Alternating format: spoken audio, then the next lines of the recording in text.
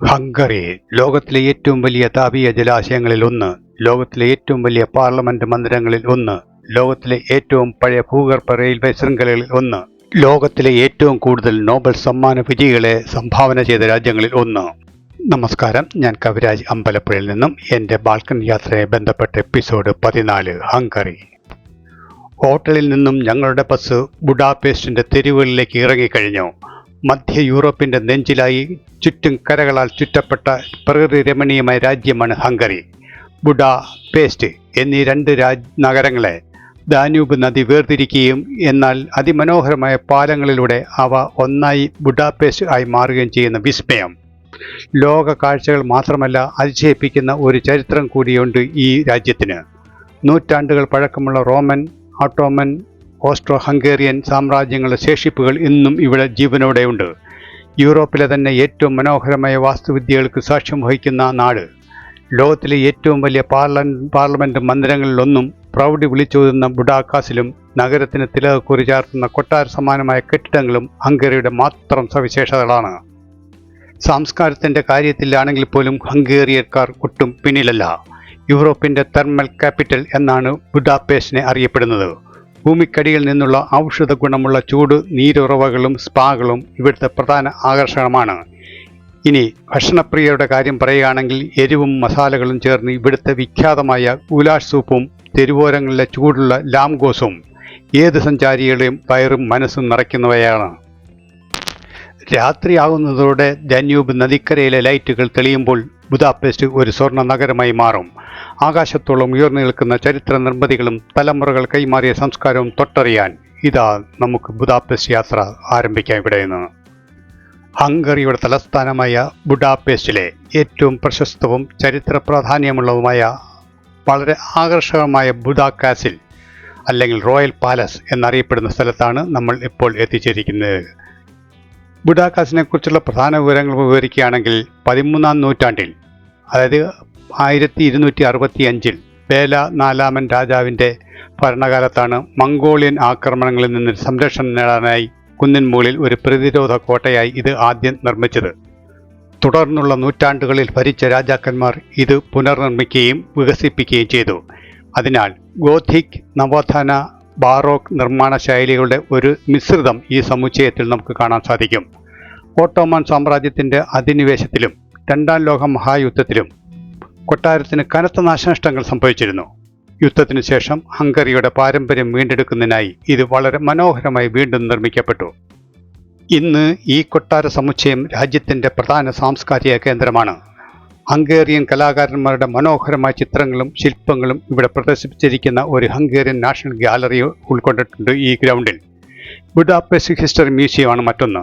നഗരത്തിൻ്റെ 1000-ലധികം വർഷത്തെ ചരിത്രവും പുരാവസ്തുക്കളും ഇവിടെ ശേഖരിക്കപ്പെട്ടിരിക്കുന്നു.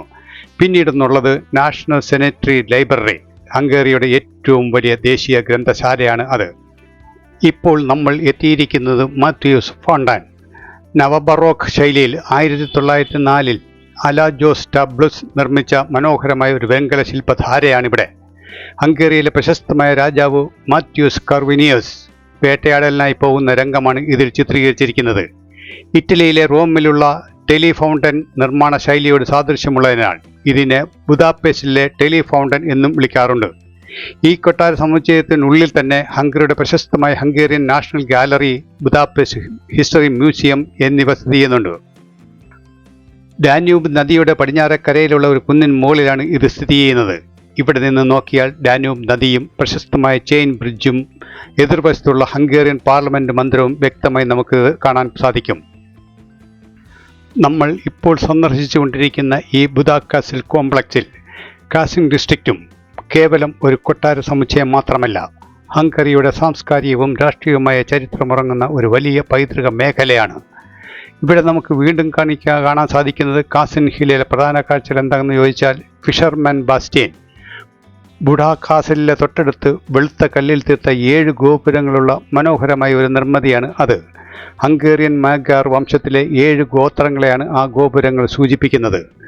ഡാന്യൂബ് നദിയും എതിർവശത്തുള്ള ഹംഗേറിയൻ പാർലമെൻറ്റും നഗരവും പൂർണ്ണമായി കാണാൻ പറ്റിയ ഏറ്റവും മികച്ചായ ഒരു പനോരമിക് വ്യൂ ആണ് നമുക്ക് ഇവിടെ നിന്ന് കിട്ടുന്നത്. മറ്റൊരു ആകർഷകമായ സ്ഥലം 14-ാം നൂറ്റാണ്ടിൽ നിർമ്മിക്കപ്പെട്ട ഗോത്തിക് ശൈലിയിലുള്ള പ്രശസ്തമായ ക്രിസ്ത്യൻ ദേവാലയമാണ്. അതിൻ്റെ വർണ്ണാഭമായ മേൽക്കൂരയും അകത്തളത്തിലെ ചിത്രപ്പണികളും വളരെ ആകർഷകമാണ്. ഓട്ടോമൻ ഭരണകാലത്ത് ഇത് പള്ളിയാക്കി മാറ്റിയിരുന്നു. പിന്നീട് ഹംഗറിയിലെ രാജാക്കന്മാരുടെ കിരീടധാരണ ചടങ്ങുകൾ നടന്നതും അവിടെ വെച്ച് തന്നെയായിരുന്നു. ബുഡാകാസിന് തൊട്ടടുത്ത് സ്ഥിതി ചെയ്യുന്ന ഒരു കൊട്ടാരമാണ് നിലവിൽ ഹംഗറിയുടെ പ്രസിഡന്റ് ഔദ്യോഗിക വസതി. ഇവിടെ പ്രതിദിനം നടക്കുന്ന കാവൽക്കാരുടെ സ്ഥലം മാറ്റ ചടങ്ങ് സഞ്ചാരികൾക്ക് ഏറ്റവും കൗതുകമുള്ള ഒരു കാഴ്ചയാണ്. ഇവിടെയുള്ള മറ്റൊരു ആകർഷകമായ സ്ഥലം എന്ന് പറയുന്നത് മണ്ണിനടിയിലെ ഒരു രഹസ്യ ലോകമാണ്. കുന്നിൻ മുകളിലെ കൊട്ടാരത്തിന് താഴെ വലിയൊരു ഗുഹാ ശൃംഖല തന്നെ ഉണ്ട് എന്നാണ് പറയപ്പെടുന്നത്. പക്ഷേ അവിടേക്ക് യാതൊരു വിദേശ സഞ്ചാരികൾക്കും പ്രവേശനമില്ല. ഹോസ്പിറ്റൽ ഇൻ ദ റോക്ക് 2ാം ലോക മഹായുദ്ധകാലത്തും കോൾഡ് വാർ കാലത്തും അടിയന്തര ആശുപത്രിയായും അണുബോംബിൽ നിന്നുള്ള സംരക്ഷണ കേന്ദ്രമായും ഉപയോഗിച്ചിരുന്ന ഗുഹകളാണ് അവയെല്ലാം. ലബാറിത്ത് കുന്നിടകളിലെ സ്വാഭാവിക ഗുഹകളും തുരങ്കങ്ങളും അടങ്ങിയ വിചിത്ര നിഗൂഢമായ വഴികളാണ് അവിടെയുള്ളത്. പ്രശസ്തമായ റോയൽ ഗാർഡനാണ് നമ്മളിപ്പോൾ കാണുന്നത്. മനോഹരമായ പൂന്തോട്ടങ്ങൾ, റോസാച്ചെടികൾ, അലങ്കാര ചെടികൾ, ചെറിയ ജലധാരകൾ, കൽപ്പടവുകൾ എന്നിവ സമർത്ഥമായാണ് ഈ പൂന്തോട്ടം. ഡാന്യൂബ് നദിയുടെ തീരത്ത് നിന്ന് കൊട്ടാരത്തിലേക്ക് കയറി വരുന്ന വഴിയിലാണ് ഇത് സ്ഥിതി ചെയ്യുന്നത്. ഇവിടെ ഇരുന്ന് ഡാന്യൂബ് നദിയുടെ നഗരത്തിൻ്റെയും ആകർഷകമായ ദൃശ്യങ്ങൾ നമുക്ക് ആസ്വദിക്കാൻ പറ്റും. പഴയ മധ്യകാല കോട്ട മതിലുകൾക്കും പുരാതന ഗോപുരങ്ങൾക്കും നടുവിലാണ് ഈ പൂന്തോട്ടം സ്ഥിതി ചെയ്യുന്നത്. പച്ചപ്പ് നിറഞ്ഞ പുൽത്തകിടികളും തണൽ വൃക്ഷങ്ങളും നിറഞ്ഞ ഇവിടെ നടപ്പാതകളും വിശ്രമിക്കാനുള്ള ബെഞ്ചുകളും ഉണ്ട്. ഇവിടെ നിന്നാൽ ബുദാപെസ്റ്റിലെ പ്രശസ്തമായ ഗില്ലർട്ട് കുന്നിൻ്റെയും ഡ്യൂനാം നദിയുടെയും തെക്ക് ഭാഗങ്ങളും അതിമനോഹരമായ കാഴ്ചകളാണ് നമുക്ക് കിട്ടുന്നത്. നമ്മൾ ഇപ്പോൾ എത്തിച്ചേർന്നിരിക്കുന്നത് ഹംഗറിയുടെ പ്രസിഡന്റിന്റെ ഔദ്യോഗിക വസതിയും ഓഫീസുമായ സന്തോർ പാലസിനരിയിലാണ്. 19ാം നൂറ്റാണ്ടിന്റെ തുടക്കത്തിൽ നിയോ ക്ലാസിക്കൽ ശൈലിയിൽ നിർമ്മിച്ച ആ 3 നില കെട്ടിടമാണ് നമ്മൾ ദൂരെ കാണുന്നത്. കെട്ടിടത്തിന്റെ മുകൾ ഭാഗത്ത് ഹംഗറിയുടെ ദേശീയ പതാക എപ്പോഴും പാർക്കൊണ്ടേയിരിക്കുന്നു. ഈ കെട്ടിടത്തിന്റെ മുൻവശത്താണ് ഹംഗേറിയൻ കരസേനയുടെ പ്രത്യേക ഗാർഡുകൾ പങ്കെടുക്കുന്ന പ്രശസ്തമായ കാവൽക്കാരുടെ സ്ഥാനമാറ്റ ചടങ്ങ് നടക്കുന്നത്. മനോഹരമായ സംഗീതത്തിൻ്റെയും മാർച്ചിൻ്റെയും അകമ്പടിയോടെ നടക്കുന്ന ഈ ചടങ്ങ് സഞ്ചാരികൾക്ക് വലിയ ഒരു ആകർഷകമാണ്. ഞാൻ ഇപ്പോൾ എത്തിയിരിക്കുന്ന ഈ പ്ലാറ്റ്ഫോമിൽ നിന്നാൽ ലഭിക്കുന്ന കാഴ്ച ഏതൊരു സഞ്ചാരിയുടെയും മനം കവരുന്നതാണ്. കുന്നിൻ മുകളിൽ നിന്ന് താഴേക്ക് നോക്കിയാൽ ഡാന്യൂബ് നദിയും നദിക്ക് കുറുകെയുള്ള പ്രശസ്തമായ ചെയിൻ ബ്രിഡ്ജും വളരെ വ്യക്തമായി തന്നെ കാണാൻ സാധിക്കുമായിരുന്നു. നദിയുടെ അക്കരെയുള്ള പ്രശസ്തമായ പാർലമെന്റ് മന്ദിരത്തിൻ്റെ അതിമനോഹരമായ ഒരു കാഴ്ചയും അവിടെ നിന്ന് എനിക്ക് ലഭിച്ചായിരുന്നു. പടവുകളുടെ മുകളിലായി കൊട്ടാരത്തിനും സെൻറ്റ് ജോർജ് സ്ക്വയറിനും പ്രവേശിക്കുന്ന മനോഹരമായ ഇരുമ്പ് ഗേറ്റിലൂടെയാണ് ഞാൻ കയറി വന്നത്. 19ാം നൂറ്റാണ്ടിലെ കൊട്ടാര പ്രൗഢിയെ വിളിച്ചോതുന്ന അലങ്കാര പണികളാണ് ആ കവാടത്തിൽ ഉണ്ടായിരുന്നത്. സാന്തോർ പാലസിന് തൊട്ടടുത്തായി സ്ഥിതി ചെയ്യുന്ന മറ്റൊരു ചരിത്രപ്രധാനമായ കെട്ടിടമാണ് നമുക്ക് മുമ്പിൽ കാണുന്നത്. മുൻപ് ഒരു കർമിലേത്ത മഠമായിരുന്ന ഈ കെട്ടിടമാണ് നിലവിൽ ഹംഗറിയുടെ പ്രധാനമന്ത്രിയുടെ ഔദ്യോഗിക ഓഫീസായി പ്രവർത്തിക്കുന്നത്. ചുരുക്കത്തിൽ ആ കൽപ്പടവുകൾ കയറി മുകളിലെത്തിയപ്പോൾ എനിക്ക് ചരിത്രപ്രധാനമായ കൊട്ടാരങ്ങളുടെയും ഭരണകേന്ദ്രങ്ങളുടെയും ഡാന്യൂബ് നദിയുടെയും അതിമനോഹരമായ ദൃശ്യങ്ങളാണ് എനിക്ക് ലഭിച്ചത്. സന്ധ്യ മയങ്ങുന്നതോടെ ബുദാകാസിലും ഫിഷർമാൻസ് ബാസ്റ്റിനും ചെയിൻ ബ്രിഡ്ജും പാർലമെന്റ് മന്ദിരവും എല്ലാം മഞ്ഞ വെളിച്ചത്തിൽ പ്രകാശിക്കും. ഈ രാത്രി ദൃശ്യം കാണാനും ഫോട്ടോകൾ പകർത്താനുമായി ആയിരക്കണക്കിന് ആളുകളാണ് വൈകുന്നേരങ്ങളിൽ ഈ കുന്നുകൾ മുകളിലേക്ക് എത്തുന്നത്. ബുദാപെസ്റ്റിനെ കിഴക്കിൻ്റെ പാരീസ് എന്ന് വിളിക്കാൻ പ്രധാന കാരണം ഈ രാത്രി ഭംഗിയാണ്. നിലവിൽ ബുദാപെസ്റ്റിൻ്റെ സമുച്ചയത്തിൽ ഹൗസ്മാൻ പ്രോഗ്രാം എന്ന പേരിൽ വൻതോതിലുള്ള ചരിത്ര പുനരുദ്ധാരണ പ്രവർത്തനങ്ങൾ നടന്നു വരികയാണ്.